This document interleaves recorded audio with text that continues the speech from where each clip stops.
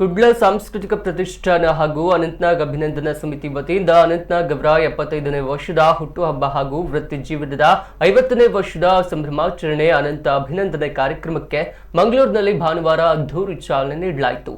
ಡೊಂಗರಕೇರಿಯಲ್ಲಿರುವ Canara ಹೈಸ್ಕೂಲ್ನಲ್ಲಿ Ammembala Subrao Y ಅವರ ಪುತ್ಥಳಿಗೆ ಅನಂತನಾಗ್ ಮಾಲಾರ್ಪಣೆ ಮಾಡಿ ಶ್ರೇಷ್ಠ ಶಿಕ್ಷಣ ಮತ್ತು ಬ್ಯಾಂಕಿಂಗ್ ತಜ್ಞನಿಗೆ ಗೌರವ ಸಲ್ಲಿಸಿದರು. ಕೆನರಾ ಹೈಸ್ಕೂಲ್ನ ಮುಂಭಾಗದಲ್ಲಿ ವಿಶೇಷವಾಗಿ ಸಿಂಗರಿಸಿದ ಸಾರೋಟಿನಲ್ಲಿ ಅನಂತನಾಗ್ ದಂಪತಿಗಳನ್ನ ಕುಳ್ಳಿರಿಸಿ ಮುಖ್ಯ ರಸ್ತೆಯಲ್ಲಿ ಮೆರವಣಿಗೆ ಮೂಲಕ ಸಾಗಿ ಟಿಬಿ ರಮಣಪ್ಪ ಸಭಾಂಗಣಕ್ಕೆ ಕರೆದುಕೊಂಡು ಬರಲಾಯಿತು.